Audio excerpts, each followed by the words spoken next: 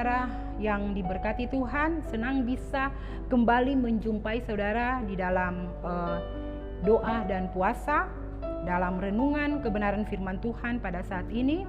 Saya percaya setiap pribadimu, saudara, Bapak Ibu, saudara yang diberkati Tuhan, saya yakin saudara mau diberkati Tuhan lewat renungan firman Tuhan pada saat ini. Sebelum saya menyampaikan kebenaran firman Tuhan, mari sama-sama kita tunduk di hadapan hadirat Tuhan dan kita akan satu di dalam doa. Bapa yang luar biasa dahsyat dalam kehidupan kami bersyukur dan berterima kasih kepadamu Tuhan buat kesempatan yang begitu indah yang boleh kami terima pada saat ini Tuhan Yesus, kesempatan yang baik di mana kami boleh mendengarkan kebenaran firman Tuhan ini Tuhan Yesus. Kami berdoa di dalam nama Yesus, biarlah Tuhan Engkau menguduskan setiap pribadi kami Tuhan. Hamba-Mu yang berbicara, bahkan setiap pribadi yang mendengarkan kebenaran firman Tuhan ini.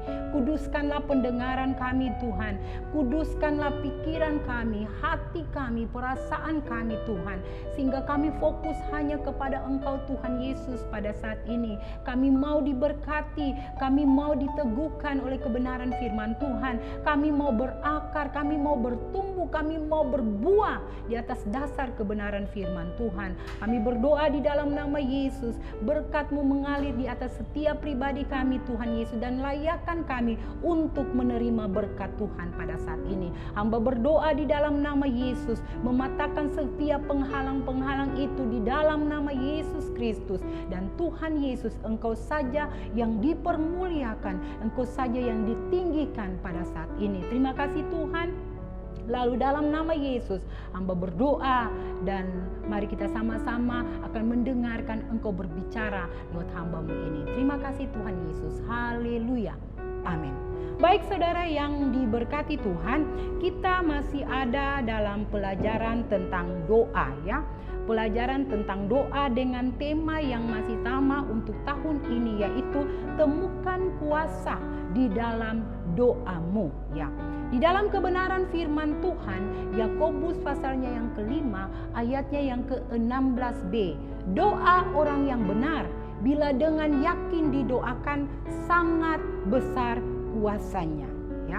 Doa orang yang benar bila dengan yakin didoakan itu besar kuasanya saudara yang diberkati Tuhan. Saya percaya jikalau kita ada di dalam kebenaran, kita memiliki satu keyakinan yang luar biasa ketika kita berdoa dan ada kuasa di dalamnya. Saudara yang diberkati Tuhan, pada saat ini saya akan berbicara dalam renungan ini tentang bertahan dalam penderitaan ya. Bertahan dalam penderitaan. Bagaimana kita bisa bertahan dalam penderitaan? Kalau berbicara tentang penderitaan, setiap kita tidak mau yang namanya menderita. Siapa yang mau menderita? Tidak ada satu orang pun di muka bumi ini yang mau ada dalam penderitaan ya, tidak ada saudara. Tapi mari kita melihat di dalam kebenaran firman Tuhan ini ada satu kisah yang luar biasa, ada seorang tokoh yang baik untuk sama-sama kita bisa pelajari dan kita bisa mengambil hikmahnya dari kisah ini. Kalau kita melihat di dalam Ayub pasalnya yang pertama, ayatnya yang pertama sampai ayatnya yang ke-22 ya. Kita tidak akan membacakan ayat-ayat ini, maka dari kisah ini saudara, mungkin ketika kita membaca ayat-ayat ini, mungkin kita akan merasa bahwa kisah ini adalah kisah yang terlalu berlebih-lebihkan ya.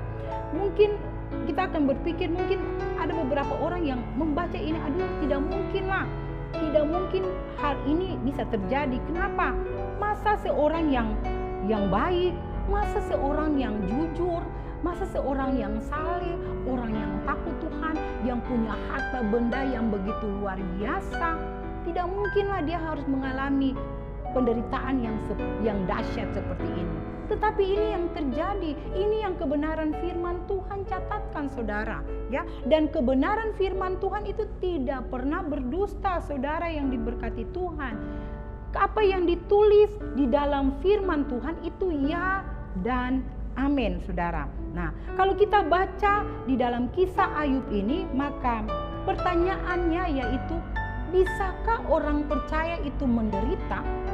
Bisakah orang percaya itu mengalami yang namanya penderitaan? Pertanyaannya seperti itu.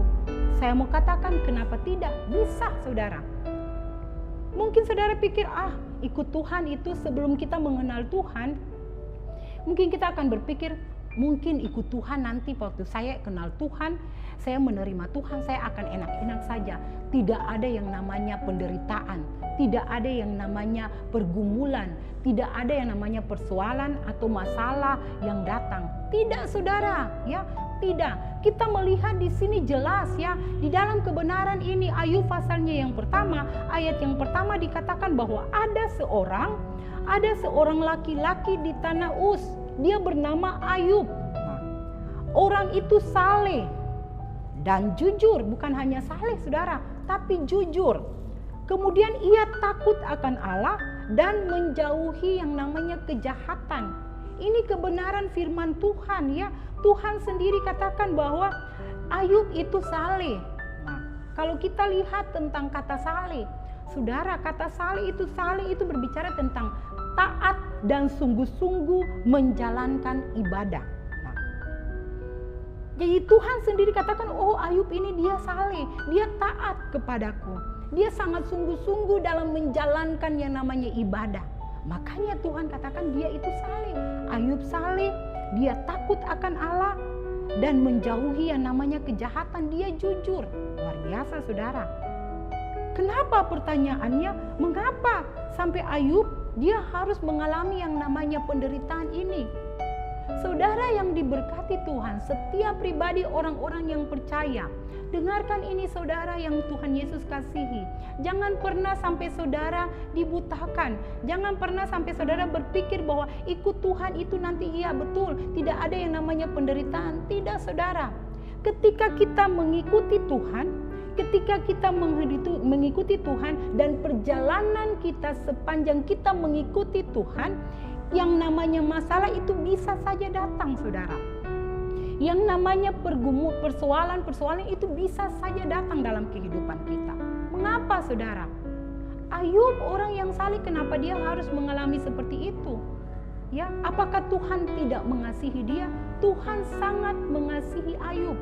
Bahkan bukan hanya itu, saudara, dia punya harta benda. Firman Tuhan dengan jelas katakan di dalam ayatnya yang kedua dan ayat yang ketiga dikatakan dia mendapat 7 anak laki-laki dan 3 anak perempuan. Diberkati, ya.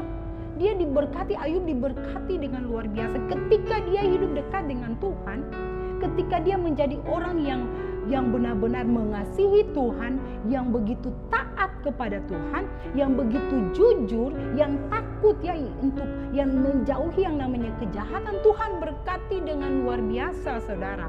Tuhan berkati dia dengan anak-anak, ya. Tuhan memberikan dia 10 anak.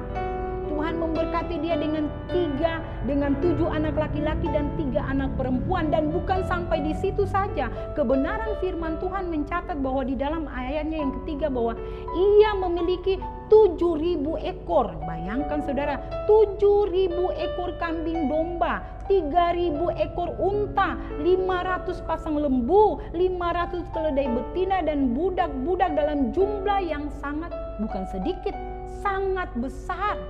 Sangat banyak, saudara. Dalam jumlah yang sangat banyak. Sehingga orang itu adalah yang terkaya dari semua orang di sebelah timur. Dia terkaya. Karena apa? Karena dia diberkati Tuhan. Kenapa dia diberkati Tuhan? Karena dia dekat dengan Tuhan. Dia begitu hidup takut akan Tuhan. Yang namanya kejahatan dia tidak pernah sentuh. Ya, dia menjauhi hal-hal itu. Dapatkah kita seperti itu? Ya, makanya tadi saya bertanya, bisakah orang percaya menderita? Bisa, saudara. Apakah Tuhan tidak mengasihi? Tuhan begitu mengasihi. Ketika kita dekat dengan Tuhan, ketika kita menjadi orang-orang yang percaya kepada Tuhan, yang namanya masalah itu pasti kita akan hadapi. Yang namanya penderitaan itu pasti kita akan hadapi. Kita menghadapi itu, tapi kita harus tahu itu bagian dari proses Tuhan bagi setiap pribadi kita. Itu bagian di mana Tuhan sementara membentuk kita. Tuhan sementara membawa kita untuk melihat bagaimana Tuhan itu mengasihi kita. Di tengah-tengah penderitaan, di tengah-tengah mungkin masalah persoalan yang kita alami, Tuhan itu tidak pernah meninggalkan kita. Di dalam kebenaran firman Tuhan, Roma pasalnya yang ke-8 ayat yang ke-28 dikatakan bahwa Allah turut bekerja dalam segala perkara. Allah bekerja dalam segala perkara untuk apa? Untuk mendatangkan kebaikan bagi setiap orang yang mengasihi Dia, bagi setiap orang yang mengasihi Tuhan, yaitu setiap orang yang terpanggil yang sesuai dengan rencana Tuhan. Nah, seharusnya kita tahu bahwa di tengah-tengah penderitaan, di tengah-tengah masalah dalam mengikuti Tuhan, kita harusnya percaya bahwa di balik semuanya ini bahwa Allah itu ada. Dia turut bekerja. Ya, dia turut bekerja untuk apa? Bukan mendatangkan kejelekan, bukan mendatangkan apa ya? Mungkin kita merasa, oh mungkin mendatangkan kebinasaan bagi kita, tidak. Tapi Allah bekerja itu untuk mendatangkan kebaikan bagi setiap orang yang percaya, bagi setiap orang yang mengasihi Tuhan. Jadi saudara yang diberkati Tuhan, ketika kita percaya kepada Tuhan, ketika kita hidup dekat dengan Tuhan, jangan pernah kita meninggalkan Tuhan waktu kita ada dalam masalah, waktu kita ada dalam penderitaan. Terbukti Ayub, ini jelas saudara. Dan Ayub begitu tetap kuat di dalam Tuhan. Dia berdamai dengan penderitaan yang dia alami, yang Tuhan izinkan terjadi dalam kehidupannya. Dia tidak mempersalahkan Tuhan. Dia tidak mempersalahkan Tuhan. Saudara yang diberkati Tuhan, apa yang terjadi ketika harta bendanya habis, ketika anak-anaknya meninggal ya, ketika semua yang dia miliki itu habis, tidak ada lagi, apakah dia mempersalahkan Tuhan? Apakah dia katakan, oh Tuhan, bukankah saya ini sudah hidup dekat dengan Tuhan? Bukankah saya adalah orang yang saleh, yang taat melakukan apa yang Tuhan mau, yang setia, yang sungguh-sungguh ke ibadah? Kenapa hal ini? Tidak saudara. Bahkan istrinya sendiri katakan, mengapa engkau bisa mau bertahan? Kutukilah Allahmu dan matilah.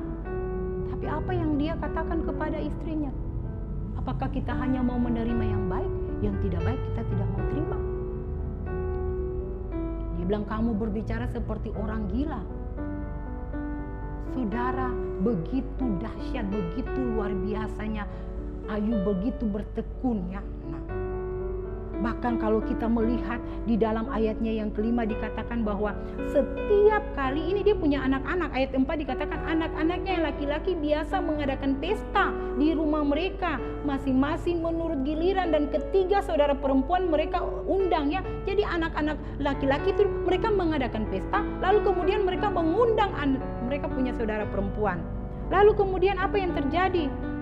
Makan minum, lalu mereka mulai berfoya-foya. Setiap kali, ayatnya yang kelima, setiap kali apabila hari-hari pesta telah berlalu, Ayub memanggil mereka dan menguduskan mereka. Luar biasa saudara, kisah Ayub ini, bagaimana dia begitu dekat dengan Tuhan, bagaimana dia begitu mengasihi Tuhan, bagaimana dia takut untuk melakukan yang namanya kejahatan, sampai dia memanggil anak-anaknya, kemudian dia menguduskan mereka. Lalu keesokan harinya pagi-pagi Ayub mulai bangun, lalu mempersembahkan korban bakaran sebanyak jumlah mereka, sebanyak jumlah daripada anak-anaknya. Dia mempersembahkan korban sebab pikirnya mungkin anak-anakku sudah berbuat dosa dan telah mengutuki Allah di dalam hati mereka. Lalu demikianlah yang dilakukan Ayub senantiasa. Nah, kalau berbicara tentang senantiasa ini dia lakukan itu tidak putus-putus ya. Dia melakukan itu, dia konsisten dengan apa yang dia lakukan. Dia lakukan itu saudara, tidak berhenti satu hari, tapi dia melakukan itu.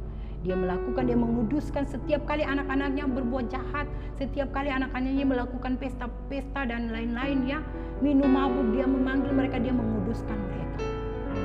Ya, dia berdoa ya, dia berdoa supaya mereka dikuduskan. Senantiasa. Nah, apa yang menjadi rahasia? Nah, pertanyaannya apa yang menjadi rahasia?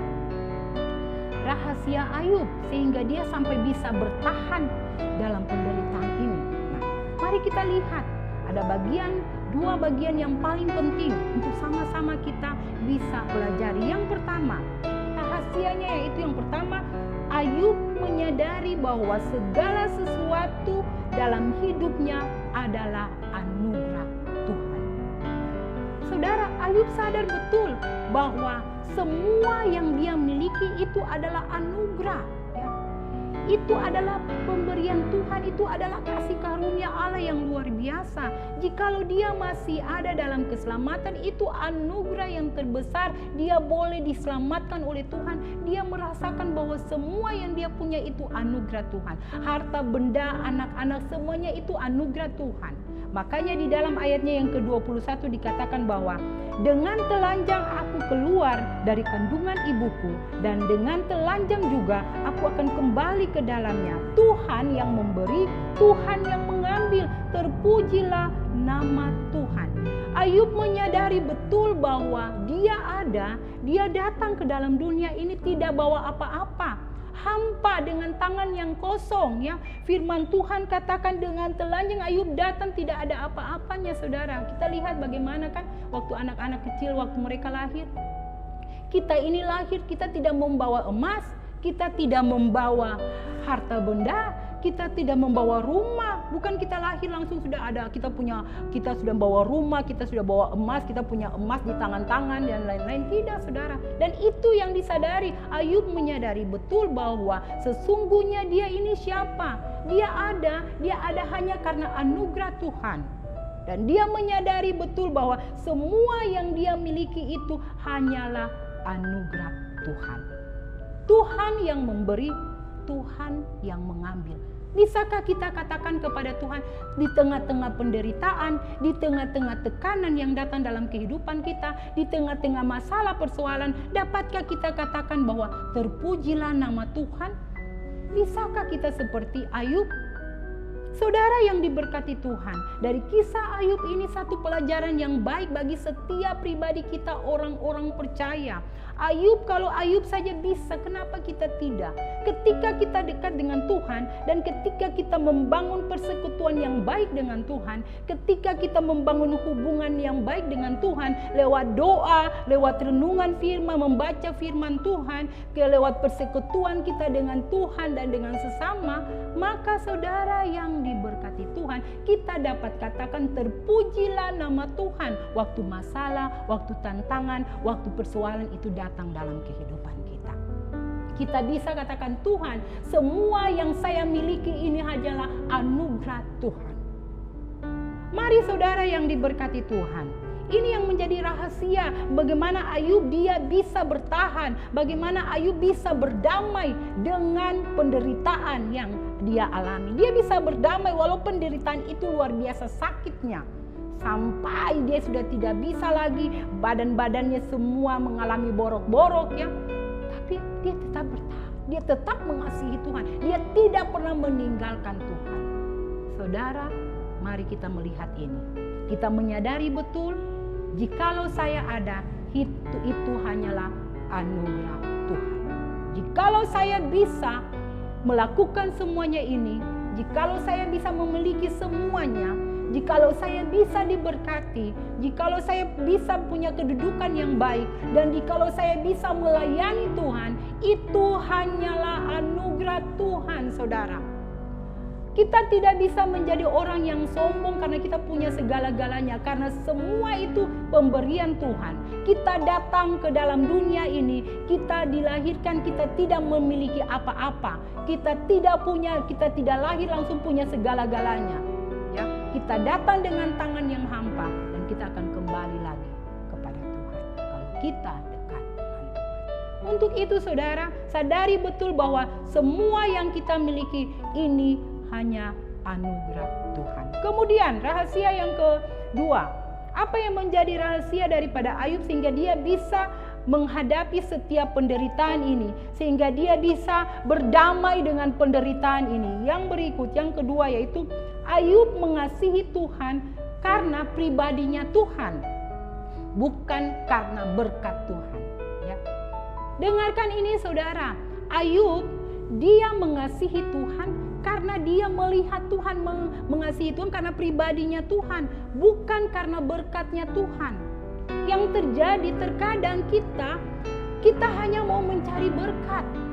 Kita hanya mau mencari kesembuhan ketika kita sakit. Kita hanya mau mencari berkat ketika kita mungkin ada dalam kekurangan. Kita hanya cari ya berkat Tuhan, kesembuhan. Kita cari harta, kita cari kekayaan, ya kita cari nama baik, kita cari pangkat, kedudukan. Tapi sadarkah kita bahwa semua yang kita miliki itu dari Tuhan?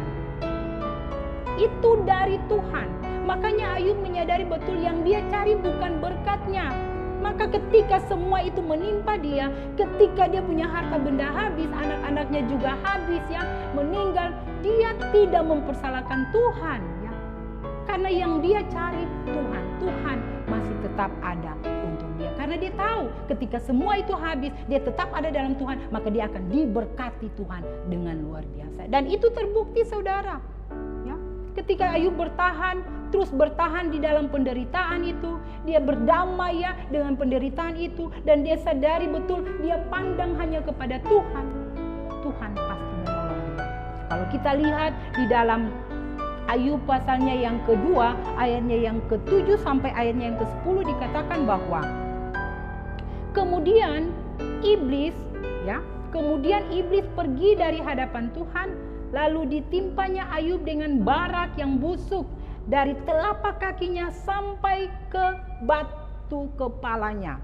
Lalu Ayub mengambil sekeping beling untuk menggaruk-garuk badannya sambil duduk di tengah-tengah abu, saudara. Ini yang dilakukan Ayub. Dia bukan orang yang berdosa. Dia bukan orang yang melakukan kejahatan. Dia bukan orang yang tidak jujur. Dia bukan orang yang tidak saleh. Tapi kenapa dia alami ini ya? Tadi saya sudah katakan. Begitu dia mengasihi Tuhan.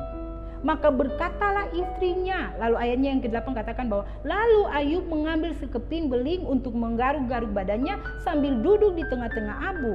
Maka berkatalah istrinya kepadanya, masih bertekunkah engkau dalam kesalehanmu? Kutukilah Allahmu dan matilah. Tetapi jawab Ayub kepada istrinya, engkau berbicara seperti perempuan gila. Apakah kita mau menerima yang baik dari Allah tetapi tidak mau menerima yang buruk? Dalam kesemuanya itu Ayub tidak berbuat dosa dengan bibirnya. Nah, ini firman Tuhan jelas bagi setiap pribadi kita. Bisakah kita seperti itu? Mungkin kita hanya baru mengalami sedikit saja masalah. Mungkin kita hanya baru mengalami sedikit saja penderitaan. Kita sudah jauh dari Tuhan. Kita sudah mempersalahkan Tuhan. Kenapa? Karena yang kita cari itu bukan Tuhan. Yang kita cari itu berkat. Jangan saudara, carilah Tuhan. Ayub mencari Tuhan. Dia tetap bertekun, dia tetapkan hati buat Tuhan. Dia tidak tergoyahkan oleh apapun. Dia tidak menjadi orang yang bimbang. Dia tidak menjadi orang yang takut. Dia tidak menjadi orang yang khawatir lalu mempersalahkan Tuhan. Tetapi dia tetapkan hati buat Tuhan. Kenapa? Karena dia menyadari betul bahwa berkat itu dari Tuhan. Jikalau semuanya habis, masih ada Tuhan. Kalau masih ada Tuhan, maka masih ada berkat Tuhan, saudara. Itu Ayub. Dia dekat dengan Tuhan, dia berikan hati buat Tuhan, dia membangun hubungan yang luar biasa dengan Tuhan. Ya, saya percaya setiap pribadi kita, jikalau kita dekat dengan Tuhan, kita membangun hubungan mesbah doa kita dengan Tuhan, ketika kita mempercayakan hidup kita kepada Tuhan, maka Tuhan Yesus tidak akan pernah meninggalkan kita. Sekalipun kita harus melewati badai, sekalipun kita harus melewati masalah, persoalan, tapi tetapkan hatimu buat Tuhan. Karena di tengah-tengah badai itu Tuhan Yesus ada, ya. Penderitaan, firman Tuhan katakan bahwa penderitaan yang kamu alami tidak akan dapat dibandingkan dengan kemuliaan yang akan Tuhan Yesus nyatakan bagi setiap pribadi kita, saudara, ya. Penderitaan yang kita alami di dalam 2 Korintus pasalnya yang 4 ayatnya yang ke-17 dikatakan bahwa sebab penderitaan ringan yang sekarang ini mengerjakan bagi kami kemuliaan kekal yang melebihi segala-galanya, jauh lebih besar daripada penderitaan kami, ya. Jauh lebih besar daripada penderitaan kami. Karena penderitaan yang kami alami ini mengerjakan kemuliaan kekal yang akan kita terima, ya saudara. Jadi mari tetap teguh, tetapkan hati buat Tuhan. Jangan lupa ketika engkau mengalami yang namanya Tuhan izinkan masalah penderitaan itu datang, dekatkan diri dengan Tuhan, bawa hidupmu di dalam hubungan yang baik dengan Tuhan, doa pribadimu, ya, bersekutulah dengan Tuhan, kemudian membaca merenungkan firman Tuhan, maka jawaban itu akan Tuhan nyatakan bagi setiap pribadimu. Kiranya Tuhan Yesus memberkati setiap engkau Bapak Ibu Saudara yang Tuhan Yesus kasihi. Jangan pernah engkau meninggalkan Tuhan karena Allah engkau mungkin mengalami yang namanya penderitaan masalah-masalah, tetapi tetapkah hatimu buat Tuhan, tetap teguh, percaya bahwa di tengah-tengah penderitaan yang kamu alami, di tengah-tengah situasi apapun yang kita alami, masih ada Tuhan. Jikalau masih ada Tuhan, berarti masih ada mujizat yang Tuhan kerjakan dalam kehidupan kita. Kiranya Tuhan memberkati setiap pribadi kita lewat renungan firman Tuhan pada saat ini. Sebelum saya mengakhiri renungan ini, saya akan berdoa bagi Bapak Ibu Saudara yang sementara mengikuti ibadah atau yang sementara mendengarkan renungan firman Tuhan ini. Mari saudara, mungkin engkau ketika mendengarkan kebenaran firman Tuhan ini dan engkau katakan, Tuhan Yesus, saya punya masalah yang berat, saya begitu mengalami yang namanya penderitaan dan saya sementara bergumul dengan semuanya ini.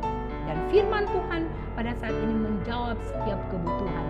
Saudara percaya Tuhan Yesus sanggup untuk menyelesaikan semua yang menjadi masalah, yang menjadi persoalanmu, yang menjadi penderitaanmu. Tuhan ada, ya. Cari Tuhan, jangan cari berkatnya, tapi cari Tuhan. Jangan kita cari berkatnya saja, tapi carilah Tuhan, maka semuanya itu Tuhan akan tambahkan kepadamu. Engkau yang sakit percaya Tuhan pasti menyembuhkanmu. Engkau yang susah percaya Tuhan pasti memberikan penghiburan kepadamu. Engkau yang berkekurangan percaya ketika engkau panggil Tuhan, maka berkat Allah itu akan dicurahkan kepadamu. Saya akan berdoa bagi setiap pribadi kita pada saat ini. Mari kita satu di dalam doa. Bapa yang dahsyat dan luar biasa hidup dalam kehidupan kami.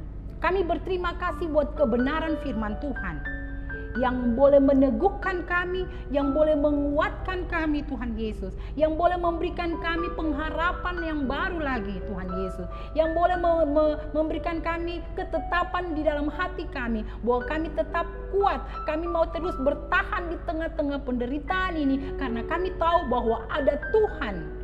Kalau ada Tuhan, maka ada jalan keluar yang terbaik Tuhan berikan. Terima kasih Tuhan Yesus buat kebenaran firman Tuhan yang menjadi kekuatan bagi kami. Buat kebenaran firman Tuhan yang bisa memberikan kami terus bertumbuh dan terus bertumbuh dan terus bertumbuh untuk kemuliaan nama Tuhan. Hamba-Mu berdoa bagi setiap pribadi yang sementara mengikuti ibadah doa dan puasa ini, yang sementara mengikuti renungan ini Tuhan Yesus. Hamba percaya Bapa Surgawi, ketika mereka membuka hati, maka jamahan Tuhan itu terjadi bagi mereka. Yang sakit Tuhan sudah menyembuhkan di dalam nama Yesus Kristus. Yang susah Engkau memberikan mereka penghiburan Tuhan Yesus.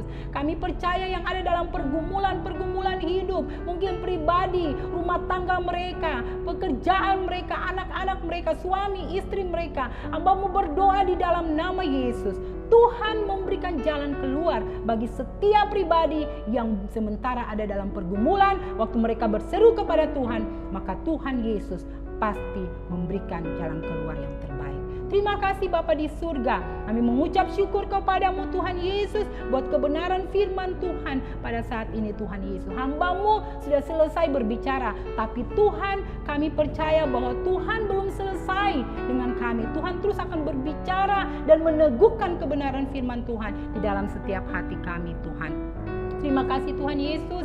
Hamba berdoa di dalam nama Yesus Kristus dan percaya bahwa kekuatan yang baru Tuhan sudah berikan bagi setiap pribadi kami Tuhan. Kebenaran firman Tuhan tidak akan pernah kembali dengan sia-sia, tapi Tuhan terus akan bekerja untuk mendatangkan mujizat dan kemuliaan hanya bagi nama Tuhan. Di dalam nama Yesus, hamba berdoa dan bersyukur menutup renungan pada saat ini. Haleluya. Amin. Kiranya Tuhan memberkati Bapak Ibu Saudara pada saat ini.